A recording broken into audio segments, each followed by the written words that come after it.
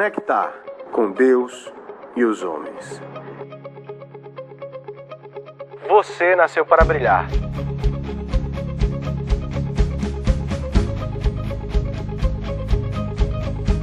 Crescer, buscando conhecer mais a palavra de Deus. Assim, brilhe a luz de vocês diante dos homens, para que vejam as suas boas obras e glorifiquem ao Pai de vocês, que está nos céus. Compartilhar tudo que você é com o próximo.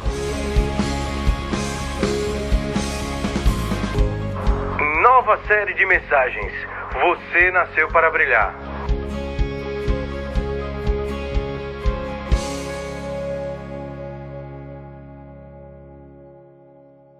Jesus passou 3 anos e meio, mais ou menos, no meio de nós.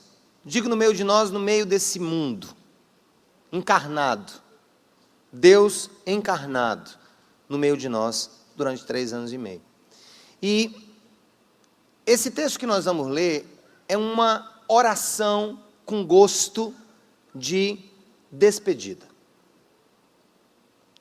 Ele, depois de passar esse tempo, depois de ter escolhido 12 homens para andar mais próximo dele, conhecendo mais, estando mais junto, Jesus então, ele faz uma oração.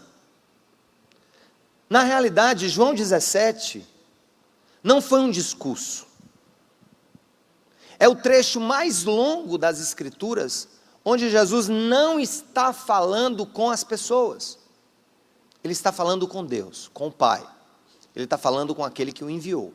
E isso é único nessa oração. Alguns chamam essa oração de oração sacerdotal.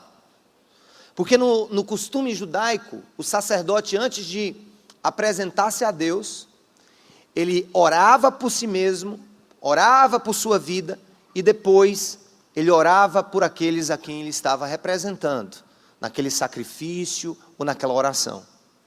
Jesus então, nesse momento, ele fala com Deus, ele fala com o Pai dele. E ele fala de uma maneira tão linda, tão suave, tão sincera, tão transparente, tão profunda, que este trecho das Escrituras tem sido estudado por muita gente, muitos livros foram escritos sobre João 17. Pra vocês terem uma ideia. Eu acho que depois do Sermão da Montanha, que nós vimos semana passada, estão lembrados? Encerramos o Sermão da Montanha, louca alegria, nós tivemos as bem-aventuranças.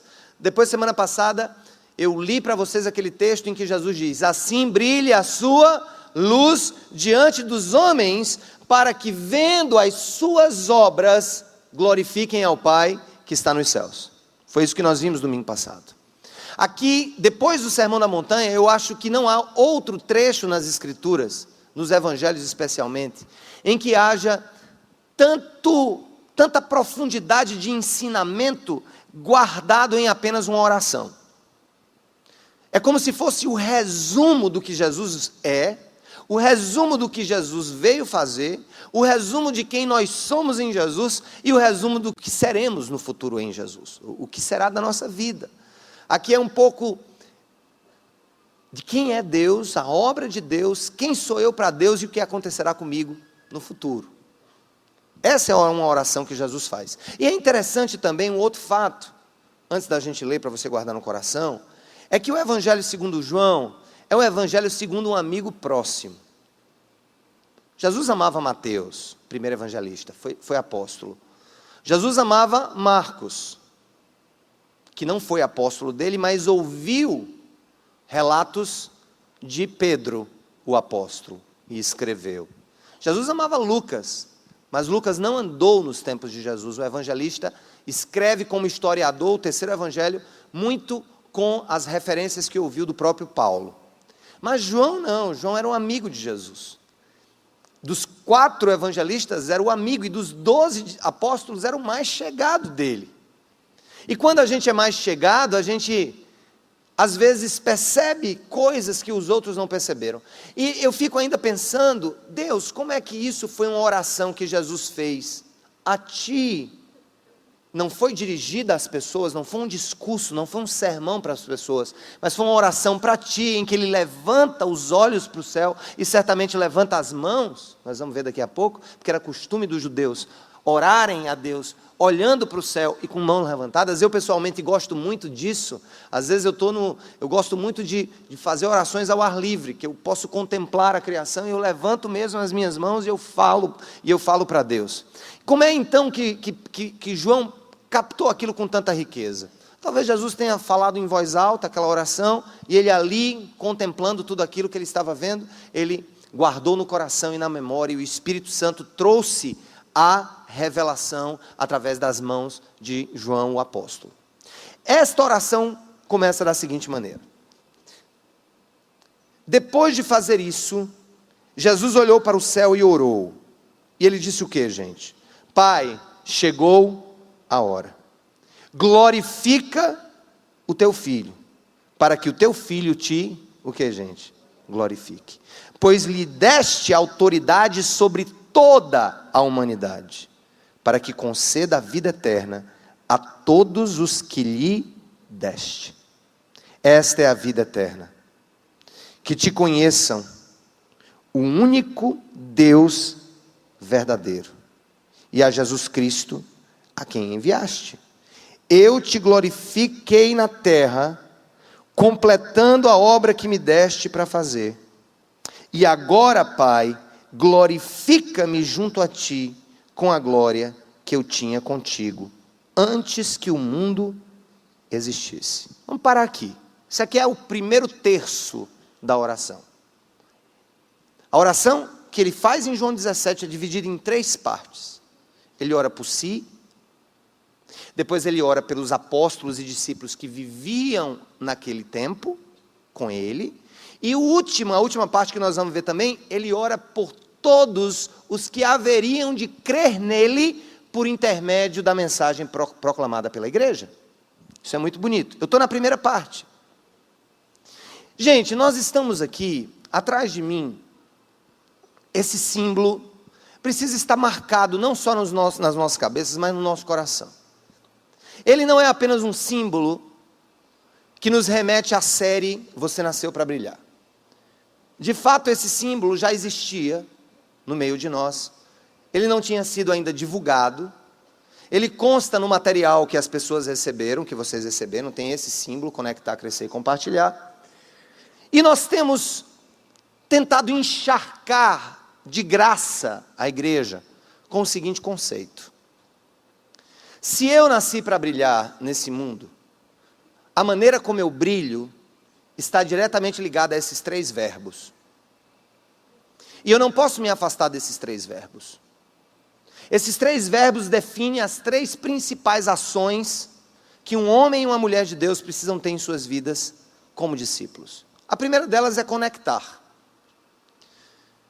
O verbo conectar tem uma força muito forte. Ele dá o sentido de ligação, de me ligar a algo, ou melhor, de me ligar a alguém, de me ligar a Deus na pessoa de Cristo, e de me ligar aos meus irmãos através de Jesus também.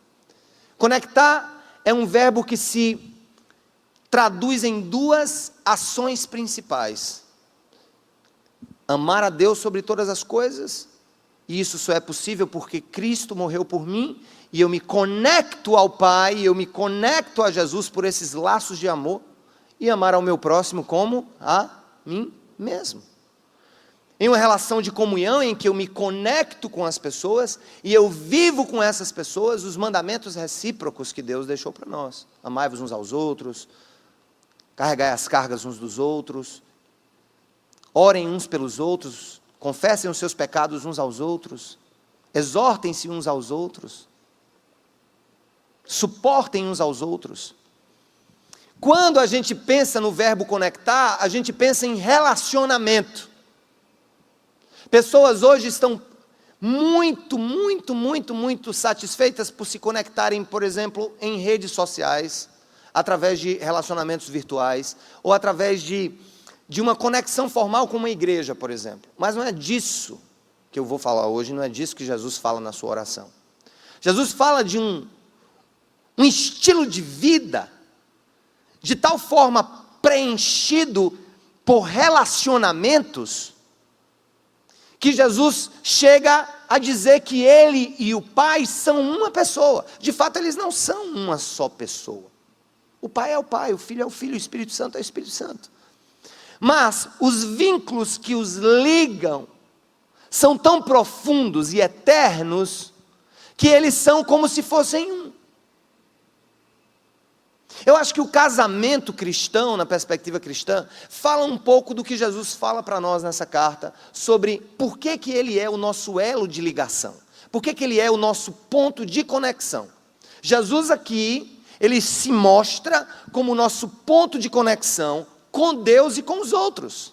E o casamento, como lhes disse, em que homem e mulher representam esse vínculo profundo, onde o homem representa a pessoa de Jesus e a mulher representa a igreja de Jesus, o corpo de Cristo, do qual ele é o cabeça, é uma metáfora, mas é uma realidade espiritual que nós vivenciamos.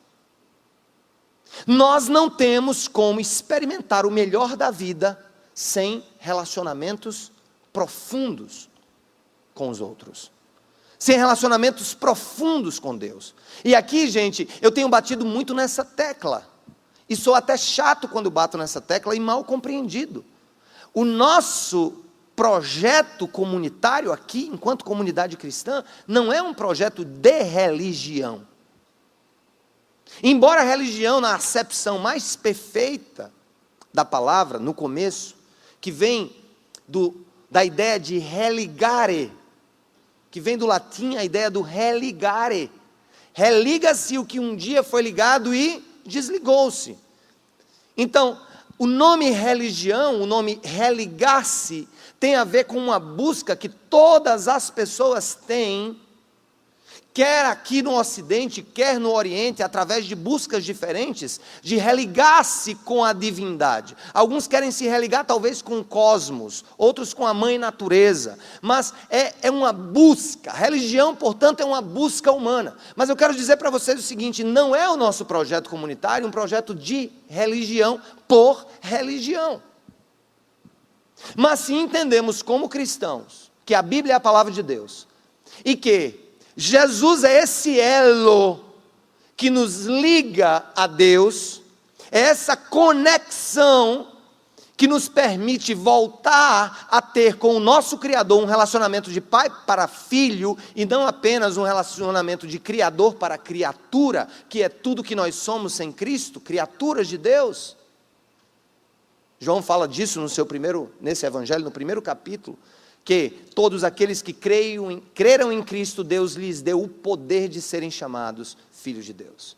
Então Jesus, ele se coloca aqui como o nosso hub, ele coloca-se aqui como o nosso elo de ligação, onde todas as coisas convergem. Eu já até falei para vocês, isso pode ser uma simples invenção, uma simples coincidência. Não sabemos se de fato a cruz, ela tinha essa forma. Alguns colocam a cruz como em forma de X, outros como não tendo a parte de cima, que é muito representado pelo tal, né? a barra e a parte de baixo. Mas enfim, essa cruz que convenciona-se ser também a cruz de Cristo, ela tem um significado de conexão muito profundo, em que no centro dessa cruz esteve o nosso Salvador, e no centro dessa cruz, na dimensão vertical dessa cruz, Cristo estava, portanto, na cruz, ligando ou religando, ou funcionando como a própria religião, a própria pessoa que liga a humanidade aqui embaixo, caída, com Deus Todo-Poderoso, no céu que convenciona-se estar acima da nossa cabeça. E que essa trave horizontal seria o mesmo Cristo no meio dessa cruz, possibilitando uma ligação, uma comunhão entre as pessoas. Eu gosto dessa metáfora, eu gosto dessa explicação. E embora a cruz não tenha possa não ter tido esse mesmo formato, a Bíblia nos ensina, especialmente em João 17, que Jesus é esta figura, é esta pessoa que nos permite o quê? Primeiro verbo, que nos permite o quê, gente? Conectar com quem? Com quem? Com Deus e com os outros, e com o próximo. Não é à toa que Jesus resumiu todo o Antigo Testamento em uma frase. O que foi que ele disse? Amem a Deus sobre todas as coisas, e amem ao seu próximo, como a si mesmo. João 17 tem a ver exatamente com enfim, a expressão dessa realidade. Então o que é que Jesus diz? Vamos ler de novo. Pai, chegou a hora. Glorifica o teu filho, para que o teu filho te glorifique. Pois lhe deste autoridade sobre toda a humanidade. Grife aí na Bíblia ou marque. Lhe deste o que, gente? Autoridade sobre toda a humanidade. Para que conceda o que, gente? A vida eterna a todos os que lhe deste.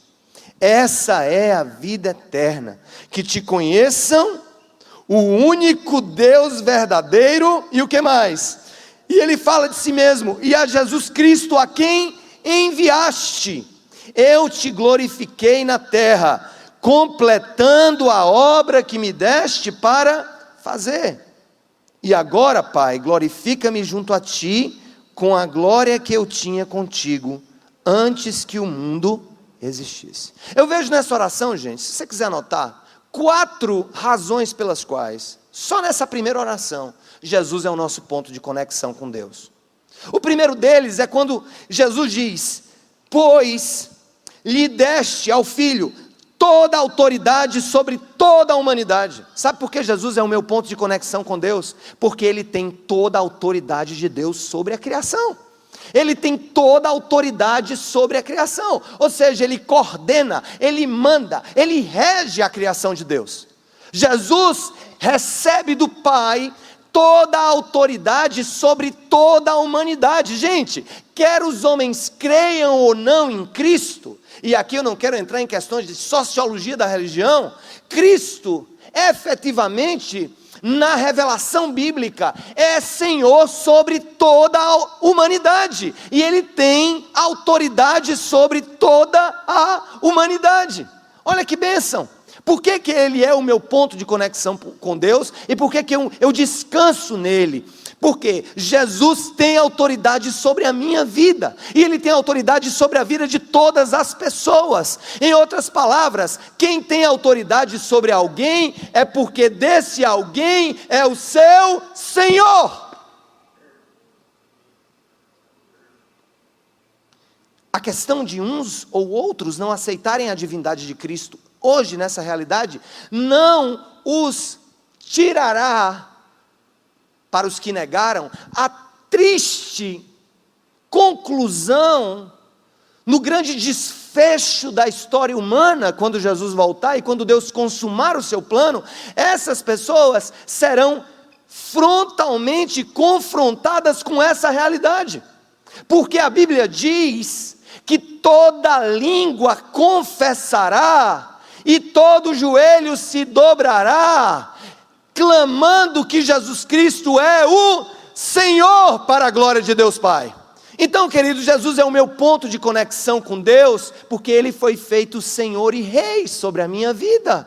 Ele é o meu dono, Ele é o dono da minha vida, Ele é o dono da sua vida. Essa é a primeira razão.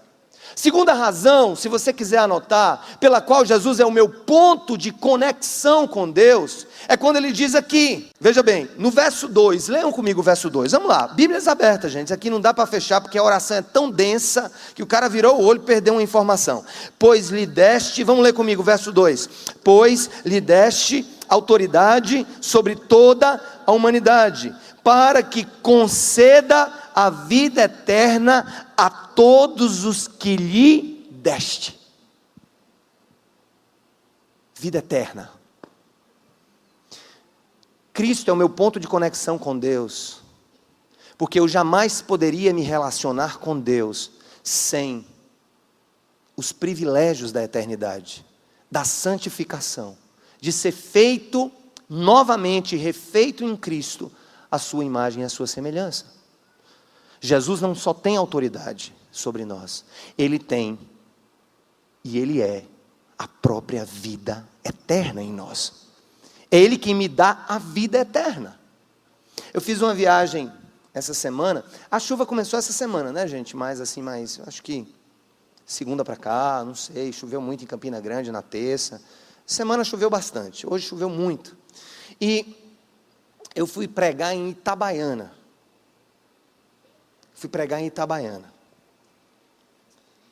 E eu fui de carro à noite, e uma coisa me chamou a atenção: a quantidade de sapos na BR. Não, sapo tem sempre, em todo canto, perto de lagoa.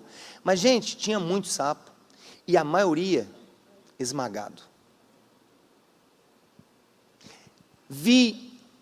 Posso dizer e posso arriscar que eu vi quase uma centena de sapos esmagados na estrada, ali entre Buqueirão de Guriem e Itabaiana. Em um trecho específico, não sei se era perto de lagoa, aí eu fiquei pensando, o que é que diabo esses sapos estão fazendo na pista? Choveu, não era para ele estar na lagoa, não? Eu não sou biólogo, eu não entendo o que é que faz o sapo sair da lagoa e ir para a pista. Talvez estava tão seco que começou a chover, então para ele cada poça de lama era um clique, era um flash. Cada poça de lama era um selfie, né, que ele tirava, talvez na pista, na beira da pista. Mas eram muitos sapos. Mas eu vou lhe confessar, gente, o que mais me deixava constrangido na alma de ver aqueles bichinhos morrendo, e além do fato de que muitos pulavam para o meu carro e eu tentava desviar os sapos. Eu acho que eu não matei nenhum. Eram grandes, eram pequenos, e eu não matei, eu tentei não matar. Porque a quantidade de manchas de sangue que eu vi na pista me deixavam inquieto. Ontem, Samara foi falar no nosso encontro de mulheres em Campina Grande, junto com mais 2 irmãs daqui, e os maridos foram de motorista, né? Ficamos lá asilando, literalmente, né? Em Campina Grande. E na volta, à noite, a mesma coisa. Muito sapo na estrada morto. E muito sapo pulando para cima do carro para morrer. Quando viu o farol, ele se aperreava, dava um pulo. Tentei também não matar. Fui devagar em um trecho que tinha mais sapo. E eu tinha feito uma reflexão sobre o sangue nesses dias. E fiz uma reflexão sobre o sangue, o vermelho, o sangue. E me veio à mente, antes de eu ver esses sapos mortos, eu vi um cavalo morto na estrada, antes de ontem. Deus tirou para me mostrar sangue. Eu disse, Samara, a Bíblia diz que em razão do pecado,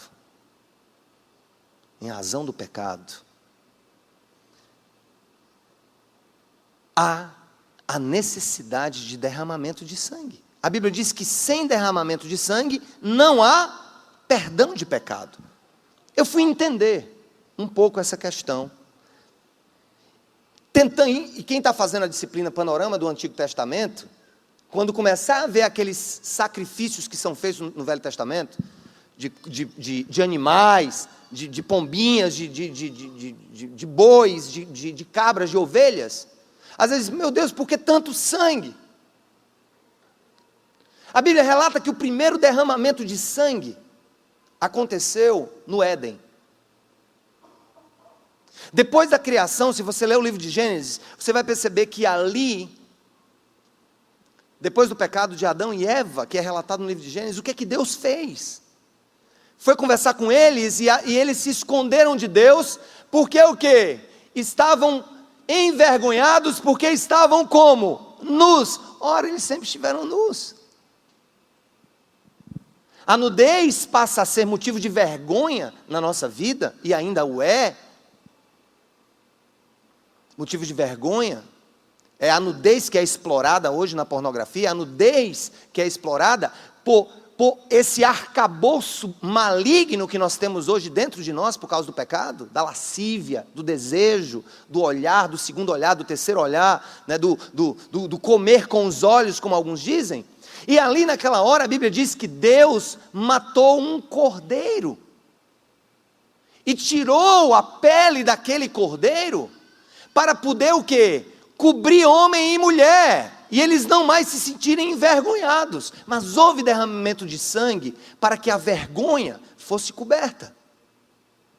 E durante todo o Antigo Testamento nós percebemos que Deus fala do derramamento de sangue como sendo a maneira do perdão do pecado. Agora, tudo isso era simbólico, porque o próprio livro de Hebreus no Novo Testamento diz que o sangue de bois e de bodes e de cabras não teria efeito permanente sobre a vida humana no perdão.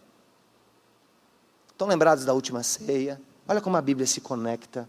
Jesus pega o vinho, pega o pão, ele reparte o pão, e ele diz: isso aqui é o meu corpo que é entregue por vocês, amém, gente? Aí ele pega o vinho, ele diz assim: isso aqui é o que? É o cálice do sangue, o sangue da nova e o que? E eterna aliança que eu faço com vocês em meu próprio sangue, em meu próprio corpo. Por isso que nós falamos tanto sobre o sangue de Cristo derramado sobre a cruz, sobre as últimas gotas do seu sangue puro, que precisou ser vertido para se resolver de uma vez por todas o problema do pecado humano. Aí você pergunta: pastor, o que é que tem a ver o sapo que tu viu com a oração de Jesus e o sangue de Cristo? Eu digo: o sangue de Cristo tem poder e vai me trazer para a mensagem de volta. Quando ele diz aqui: pois lhe deste autoridade sobre toda a humanidade, com que finalidade, gente? Para que conceda a vida eterna a todos que lhe deste. Jesus diz que a igreja é presente de Deus para ele, você é presente de Deus para o Filho, e o Filho derrama o sangue dele para você, para que haja completa remissão de pecado, e nós tenhamos de uma vez por todas a alegria no porvir de não mais derramarmos o nosso sangue e não morrermos. Jesus é meu ponto de conexão com Deus, porque Ele me dá a vida eterna, e eu não teria como me relacionar com um Deus santo, vivendo nessa dimensão caída que eu tenho hoje. Se há morte, se há derramamento de sangue, é porque o pecado corrompeu a beleza, a completude, a uniformidade e a harmonia da criação. Eu vou dizer uma coisa para você. Se você lê o livro de Gênesis, talvez você nunca tenha percebido isso. Quando Deus cria o homem, Ele diz: olha, dê nome a todos os animais que voam no céu, que se arrastam na terra, que estão dentro da água. Mas Ele disse: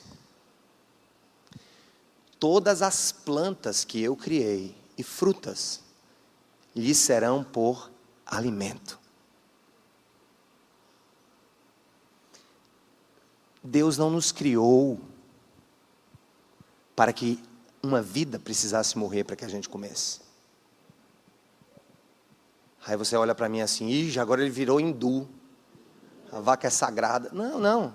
Aliás, na nova dimensão, não estamos na nova dimensão do pecado? Depois do dilúvio, Deus disse: esses animais lhes serão por alimento. Ou seja, vivemos uma nova esfera hoje, até que Jesus volte, e eu vou comer picanha até ele voltar. Entendeu? Comer com força, picanha até ele voltar. Não quero matar o boi, mas a picanha dele eu como. Irmãos, é tão incrível essa história da vida eterna e a sua relação com essa dimensão que a gente vive hoje, tão sofrida.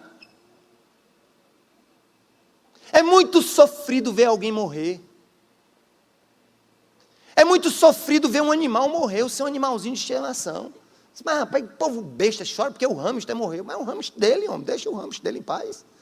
O hamster dele tem laços ali afetivos com aquele hamster. Tem laços afetivos com aquele gato. Com aquela pessoa.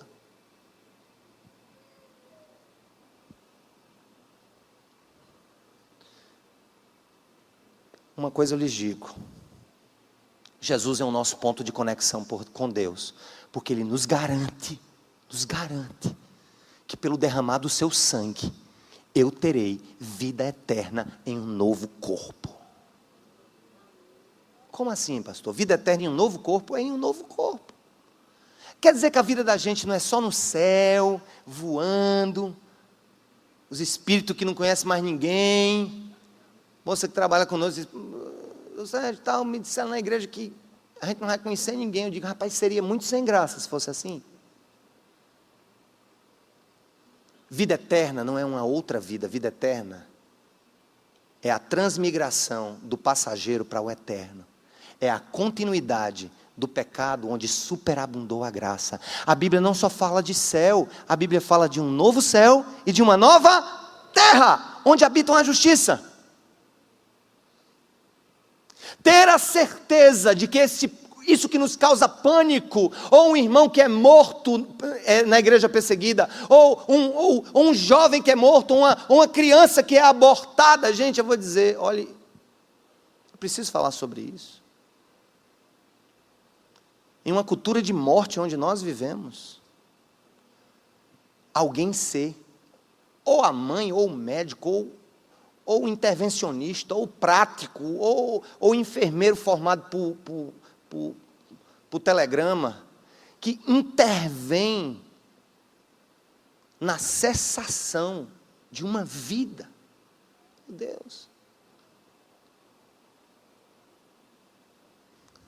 Jesus é o nosso ponto de conexão, porque Ele é o que, gente? Ele tem o que? Autoridade. Segundo, porque Ele me dá o que? A vida eterna. E terceiro, sabe por quê? Porque Ele é obediente. Ele trouxe a glória de Deus para o mundo. Olha o que Ele diz aqui, lê comigo. Lê comigo. Olha o que Ele diz aqui, ó. No verso 4, lê comigo. Eu te glorifiquei na terra, fazendo o que, irmãos? Completando a obra que me deste para fazer. E agora, Pai, glorifica-me junto a Ti com a glória que eu tinha contigo antes que o mundo existisse. Jesus é o Deus Filho eternamente obediente. Ele é o meu exemplo de obediência. Se eu nasci para brilhar, Ele veio ao mundo para fazer brilhar a glória do Pai, e não sua própria glória. E Ele disse: Pai, obrigado, Pai. Olha o que Ele diz: eu completei a obra que me deste para o quê? Fazer. Que obra foi essa, gente? Que obra foi essa? Viver por nós, render-se por nós, humilhar-se por nós, e finalmente, daqui a algumas horas após aquela oração, uma cruz por nós, um sangue que nos restauraria eternamente a vida. E Ele é obediente. O que é viver para brilhar? Quer saber? O primeiro reflexo da gente viver para brilhar é a gente viver fazendo aquilo para o que nós fomos feitos por Deus.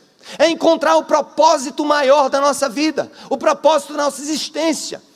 Você vive por quê? Você está olhando para mim por quê? Você está aqui por quê? Você trabalha por quê? Você come por quê? Você vive por quê? Você respira por quê? Jesus tinha uma convicção: eu sei para que eu vim ao mundo. Eu vim ao mundo para apontar para a glória do meu Pai, e eu cumpri aquilo que o meu Pai estabeleceu para que eu fizesse. Jesus foi obediente até a morte de São Paulo e morte de cruz. Mas eu quero lhe chamar uma atenção para uma outra coisa.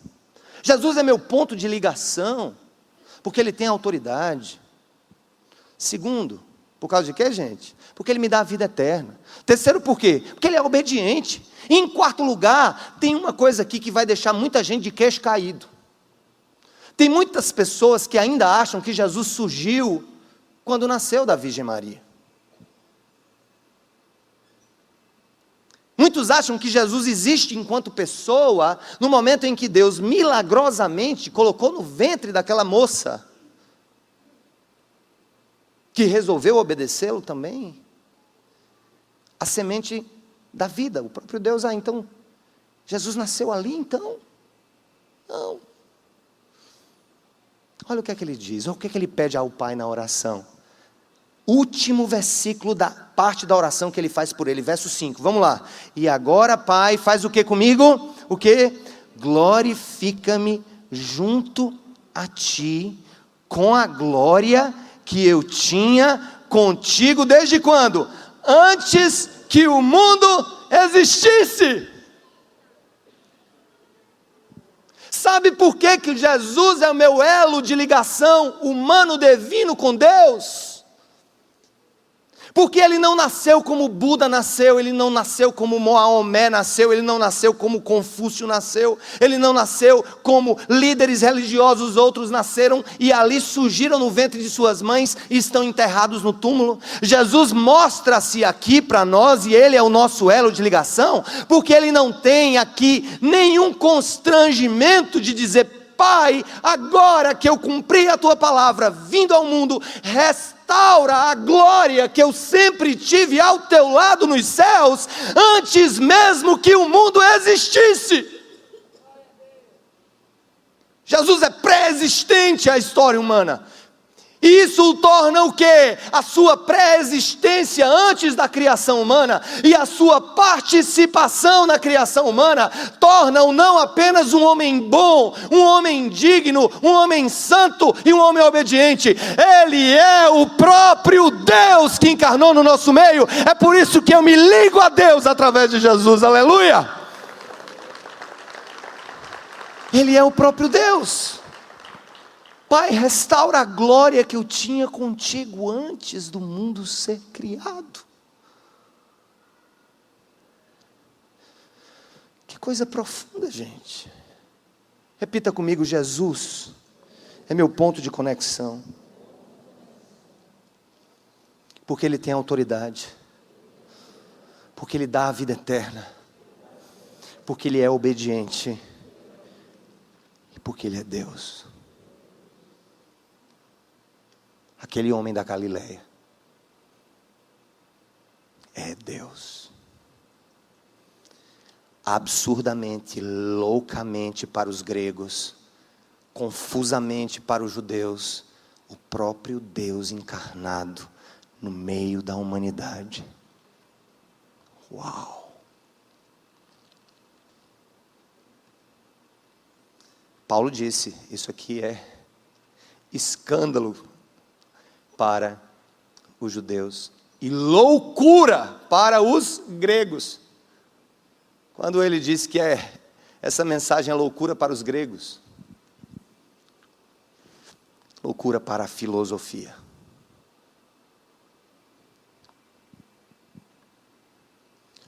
Loucura para a ciência.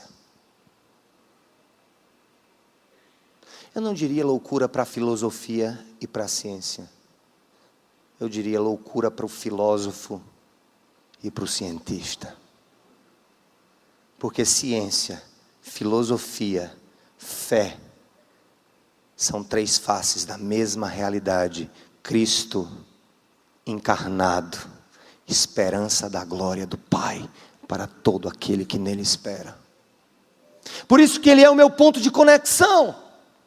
Por isso que esse verbo tem que estar juntos. O que é que significa conectar? Quando você recebe no teu material, nosso primeiro desejo é que antes de você ter conexão com essa igreja enquanto instituição, conecte-se profundamente com o Pai através do sacrifício do Filho. Quem tem o Filho tem a vida, quem não tem o Filho não tem a vida. Quem confessa o Filho diante dos homens, o Filho o confessará diante do Pai que está nos céus. Você é presente de Deus para Jesus, um presente que Ele teve que se esforçar muito para ganhar, e o seu esforço foi o seu próprio sangue, foi a sua própria vida. A segunda parte da oração, Jesus é meu ponto de conexão, porque Ele é o que, gente? Tem autoridade, porque Ele me dá o que? A vida eterna, porque Ele o que? É obediente, porque Ele é Deus. Agora Ele começa a orar pela igreja, e eu vou me deter em apenas um ponto, porque senão não daria tempo da gente ver tudo. Jesus ora por ele, primeira parte. Agora ele está orando pelos discípulos que já viviam com ele naquela época. Olha o que é que ele diz. Lê comigo.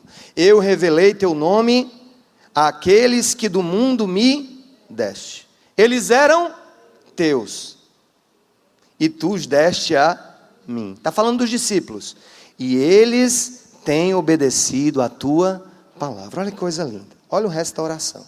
Agora eles sabem que tudo que me deste vem de ti. Olha o reconhecimento de Cristo.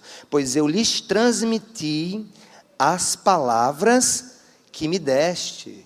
e eles as aceitaram. Escuta, você tem que aceitar as palavras de Cristo. Você só terá a vida se você reconhecer que Cristo é o Senhor.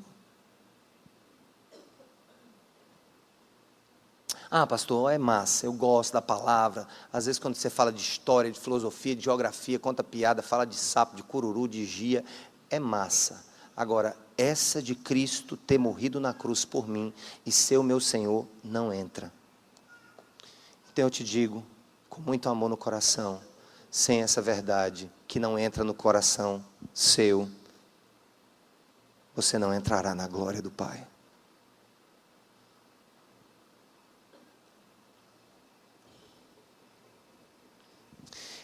Ele diz,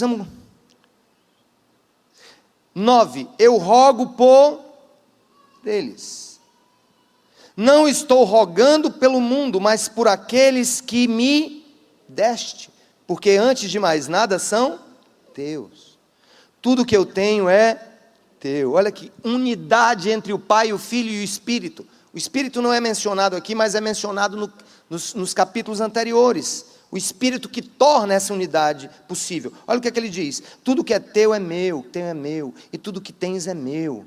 Eu tenho sido glorificado por meio deles.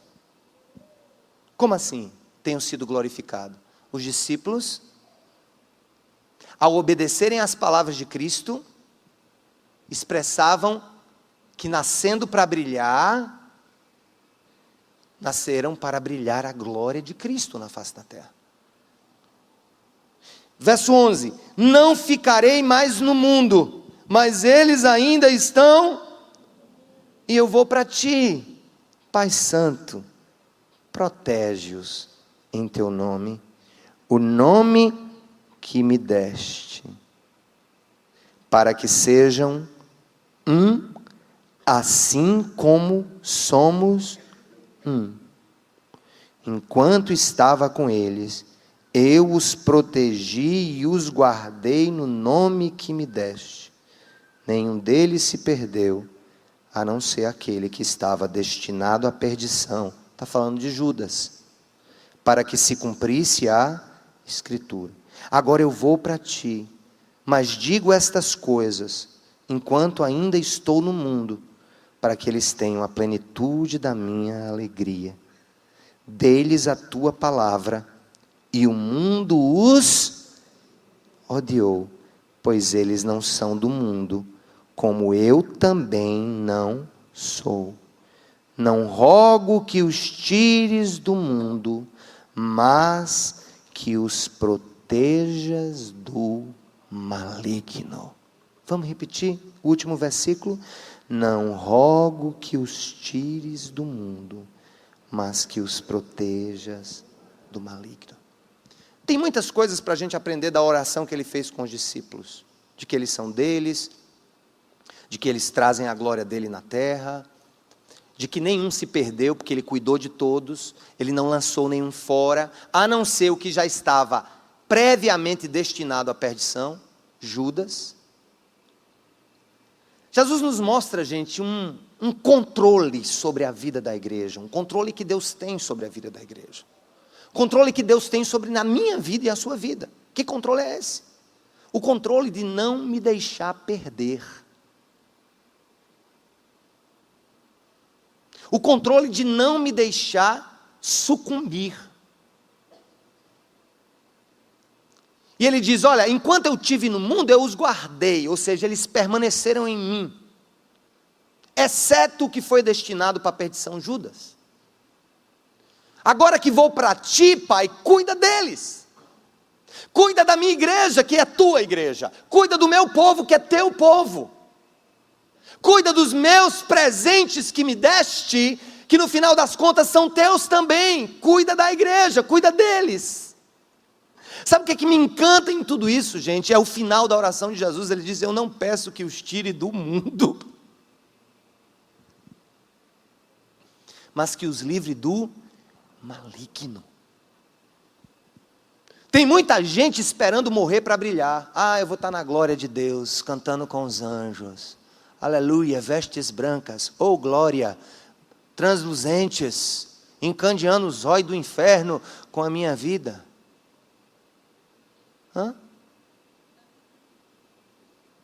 Pai, eu não peço que os tire do mundo, eles têm que cumprir uma etapa muito importante no mundo, porque o lugar de glorificar a Deus para os outros é aqui.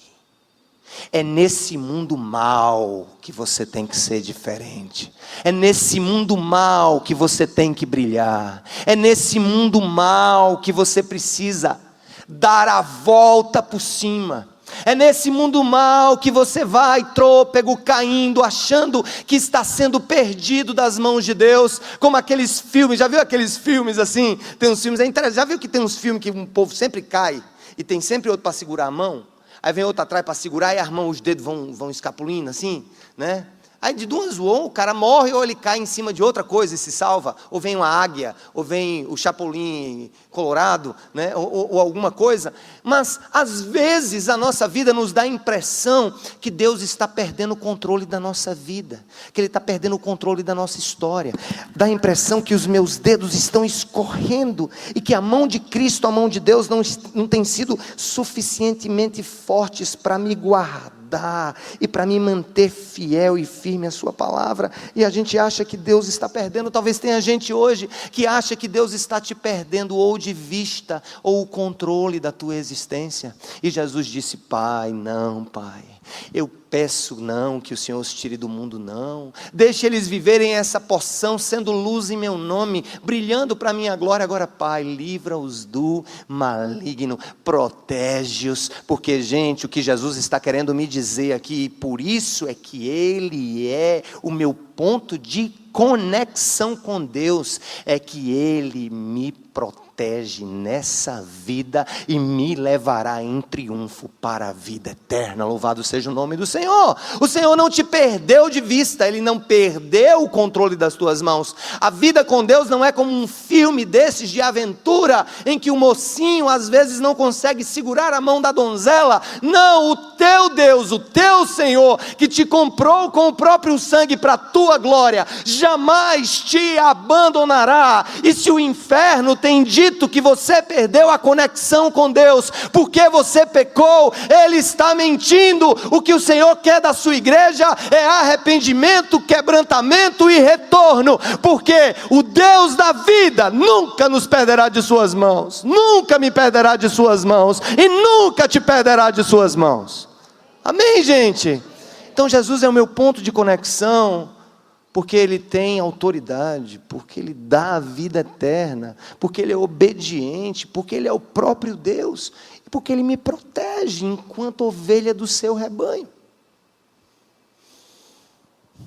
Mas Jesus introduz no pedido que Ele faz aqui, um pedido muito bonito que Ele faz. Eu acho que é o centro do que eu vou dizer agora, da segunda via do conectar. Falei até agora de conectar-me com Deus em Cristo, porque Cristo tem autoridade, porque Ele é o Senhor, porque Ele é obediente, porque Ele me dá a vida eterna, e porque Ele não me largará. Ele é meu ponto de conexão eterna com o Pai. Mas o conectar que nós queremos buscar na Cidade Viva, além desse conectar com o Senhor, é o meu conectar com o outro, com você. Lembra-se da dimensão horizontal da cruz, em que Ele morre para que a gente viva a comunhão que Ele tem com Deus. Como? É possível?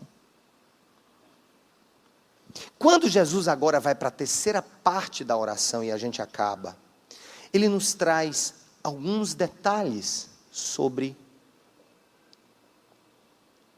os que haveriam de crer nele por intermédio da pregação dos discípulos, por quem Ele estava orando naquele momento. Ele estava orando por você, sabia? E por mim.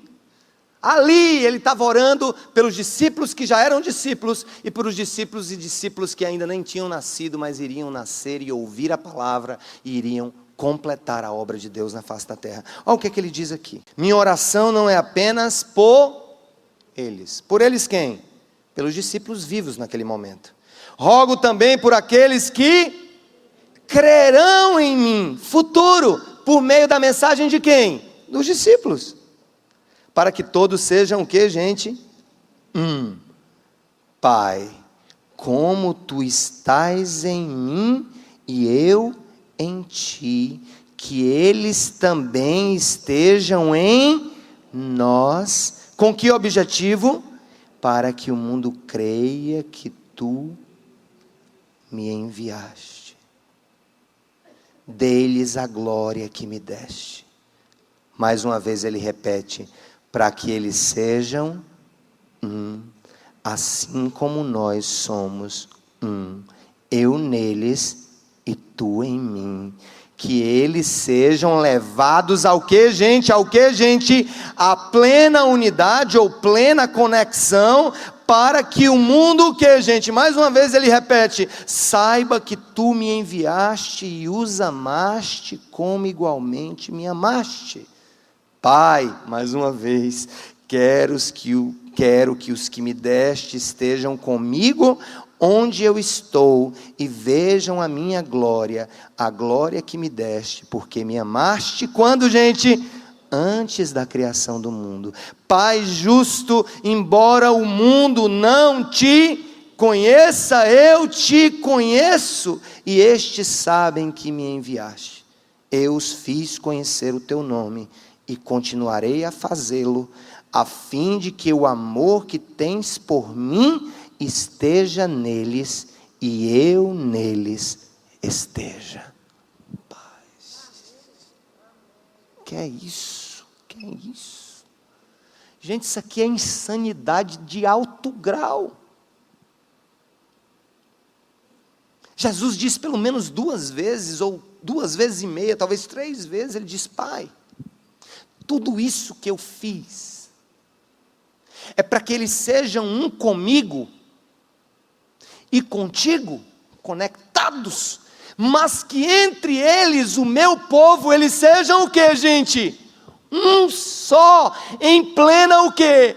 Comunhão. E Jesus diz uma coisa que se você não perceber, você vai perder o fio da meada. Ele diz que eles estejam conectados de tal maneira em amor, para que o mundo que creia que eu fui enviado por ti. Você sabe qual é o maior desserviço à igreja cristã? Brigas internas e brigas externas.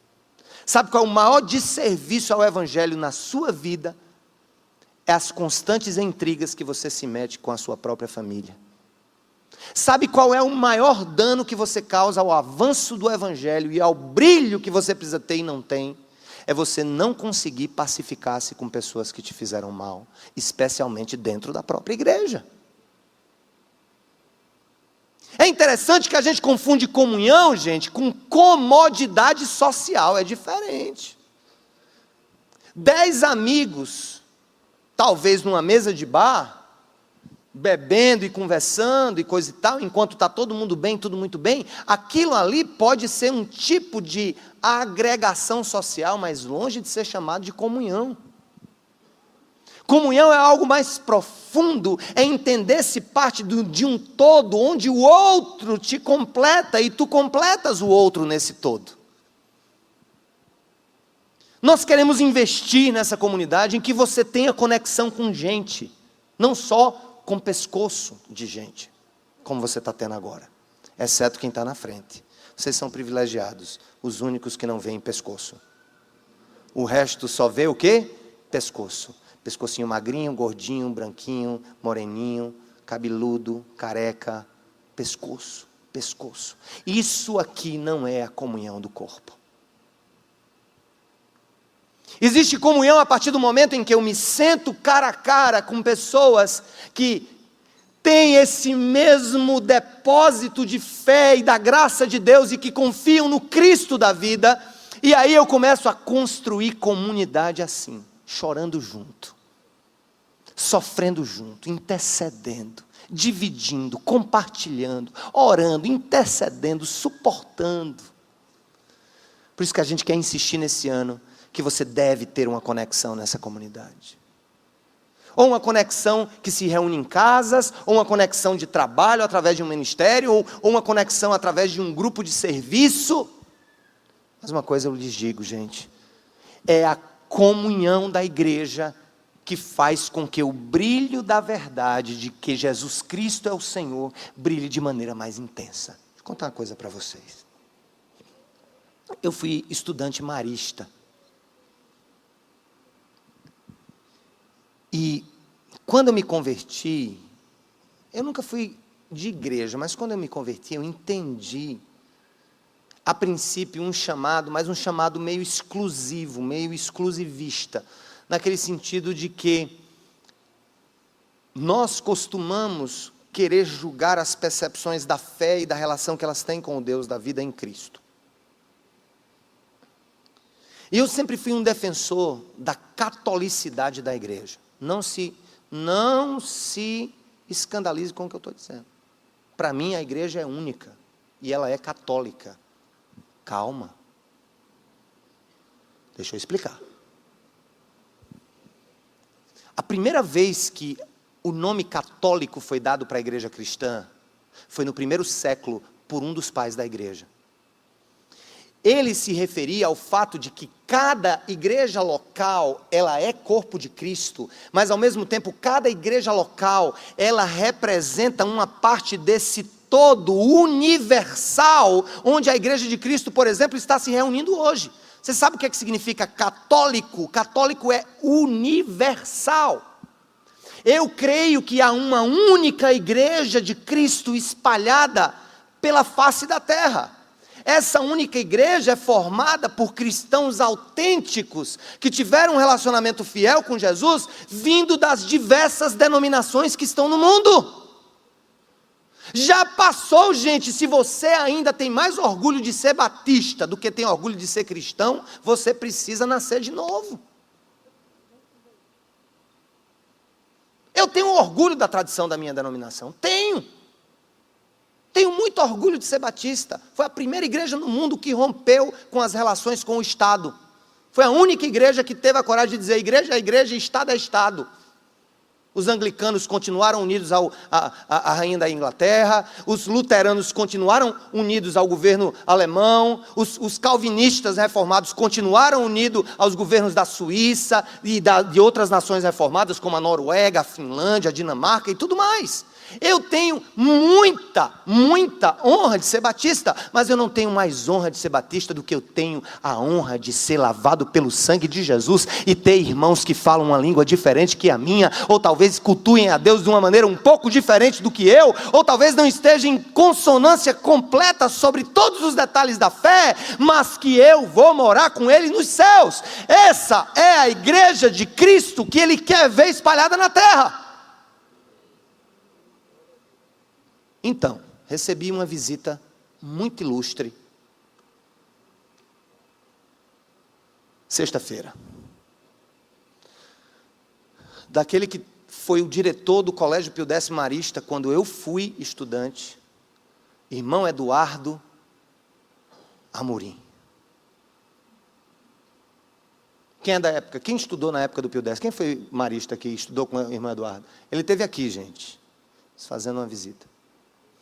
Viu, ouviu, é irmão marista, consagrado como irmão marista, amante da educação, apaixonado pela educação. Chegou aqui, viu a escola, perguntou sobre tudo, teve a humildade de perguntar como a gente fazia isso, como a gente fazia aquilo. Um homem que foi diretor desse colégio, que já chegou a ter 3.000 alunos, e hoje é um dos coordenadores da comunidade marista no Brasil, nos seus vários colégios. Ele esteve aqui, e ele começou a falar de pontos de conexão, do amor pela educação, de ver Cristo glorificado na vida das crianças através da educação. De ver a mensagem do Evangelho. E me perguntou: meu filho, você é batista, mas você trouxe alguma coisa de boa do seu tempo de marista? Diga: não trouxe alguma coisa de boa não, irmão, trouxe muita coisa de boa. A Escola Internacional Cidade Viva, embora seja batista em sua teologia, eu trouxe dos meus tempos de aluno do Pio X a importância que se dava ao aluno como aluno e não como candidato ao Enem. Eu trouxe do Pio X a a importância que a escola dava aos relacionamentos, a falar com a família, a dar orientação sexual para as crianças. Eu trago do Pio X as orações que se faziam nas salas de aula por uma caixinha de som.